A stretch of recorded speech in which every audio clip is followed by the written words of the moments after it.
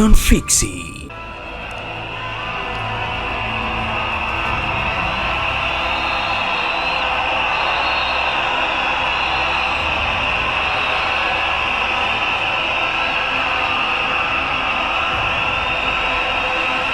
Thank you. Thank you. Thank you. To His Excellency, the President of the Republic of Kenya, His Excellency William Samoei Ruto, and Her Excellency Lady Rachel Ruto, the former President Uhuru Kenyatta,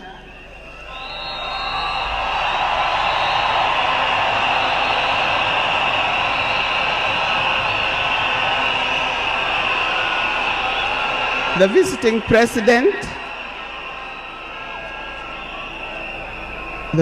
president past and present, the deputy presidents, all distinguished guests, ladies and gentlemen, and watu wetu wa Kenya kwa jumla, hamjambo. Today is a very unique day. It is not every day that I would be standing here to say something to the nation and to the world about my dear husband, Raila Amolo Odinga.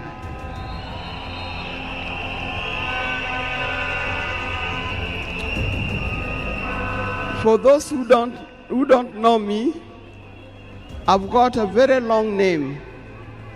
They call me Canon Dr. Ida Betty Odinga EST. Now, these names don't just come like that, but they are names that are given. I cannot forget the name that the public has given me, called Min Pin.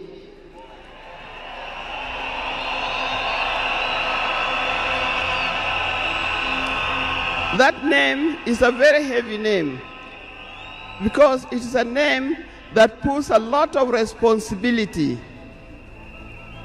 to the owner of that name. I'm also gotten the name of Peace Ambassador. And for that reason, even before I say something else, I'd like to say something about peace.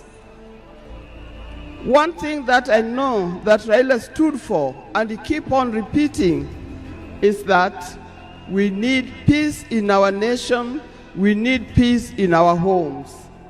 And peace will not survive in a situation, in a chaotic situation. For that reason, I appeal, today I appeal, let us mourn Raila in peace. I know you are all concerned, I know you are all mourning, you are sad about this, but let's keep peace so that the peace can prevail, not only here in the stadium, but also in the rest of the country. Coming to talk about my dear husband, Raila Amolo Odinga. I first met Raila way back in the early 70s, and we got married in 1973. For that reason, I've lived with this man for 52 years. Many of the people that I see or who are in this stadium could have easily be our children. No wonder you call him Baba. That name did not come from nowhere, but came from the experience and the life that he has lived with and relationship that he has had with some of these people. During our union, we were blessed by 4 children. First, we had the first child was called Fidel Castro Odhiambo Odinga. When Fidel was born, I was a bit hesitant the way he gives the name. I say, why do you call him Fidel? Then he said he was a great admirer of Fidel Castro, and therefore he named his first child Fidel Castro Odinga. Later, we had the second child, Rosemary, and here again, Rose is the name of my mother, and Mary is the name of his mother. We combined the 2 names together, and we called the child Rosemary. It also has a meaning to us. When it came to the third one, and he named after his best friend and his cousin called Raila'S, with whom they shared the name. So we ended up with Raila Oginga Odinga. Last, there was a big gap, and I'll explain to you. Last came the 4th child. The 4th child, when I went to the hospital, and you know those mothers, you end up somewhere in labor ward. And I was watching the television. And on the television, that's the time when Nelson Mandela had come out of prison. It was he's been there for 27 years. Raila also had been in prison, but that's not why we named her Winnie. And I was watching the television, I could see Nelson Mandela and Winnie Mandela holding hands as Mandela walked out of the gates of the prison. By then, I didn't know what kind of child I was going to get. But then I said, if it's a boy, we'll name him Wilson Mandela. But if it's a girl, will be Winnie Mandela. And therefore, Winnie Mandela arrived. And that's the 4th child. I see when you look at this naming of the children, I know these days you can name your child anything that you want, but I'll appeal to those who are still having babies. Give your child a meaningful name, because you name them people you never saw, you never heard of, simply because it saw the name written somewhere. There's nothing wrong with giving our children the names of the people who in our lives we think are the heroes. Our life was not smooth life. Just like any other family, there's been ups and downs. But as we continue living together, we've learned how to cope, because we all have weaknesses and strengths. We learned to talk straight to one another. We learned to speak the truth, and we learned to forgive and move on.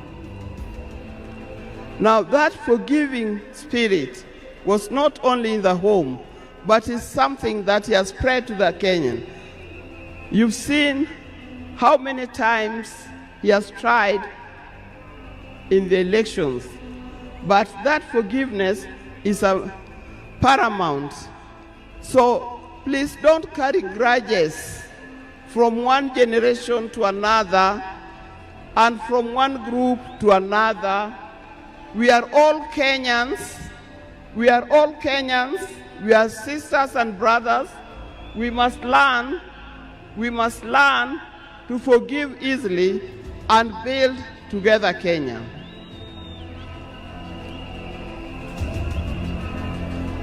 Towards the end, I'll not say everything. I would like to say everything, but time would not allow. And a span of 52 years is not a short time. I hope that when I get another opportunity on Sunday, I'll be able to say more. But one thing that he kept on repeating to me is that we must urge Kenyans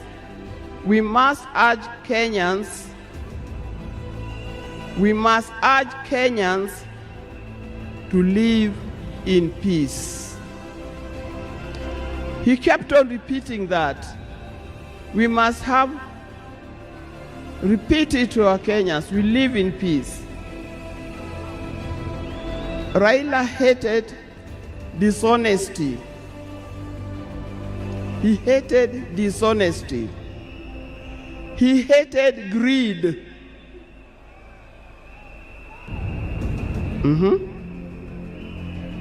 The greed that have affected the main fabric of our society.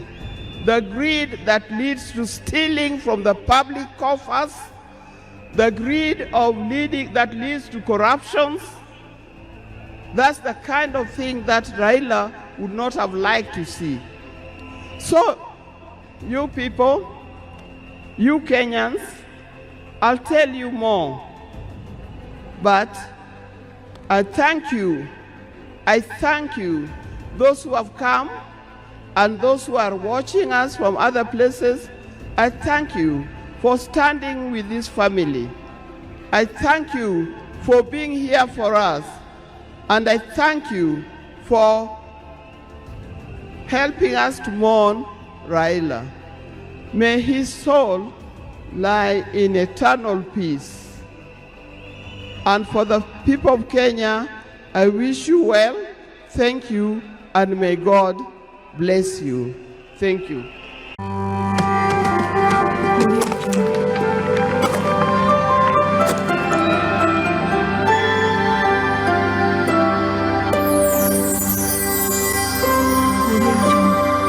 FIXTV, we can fix it.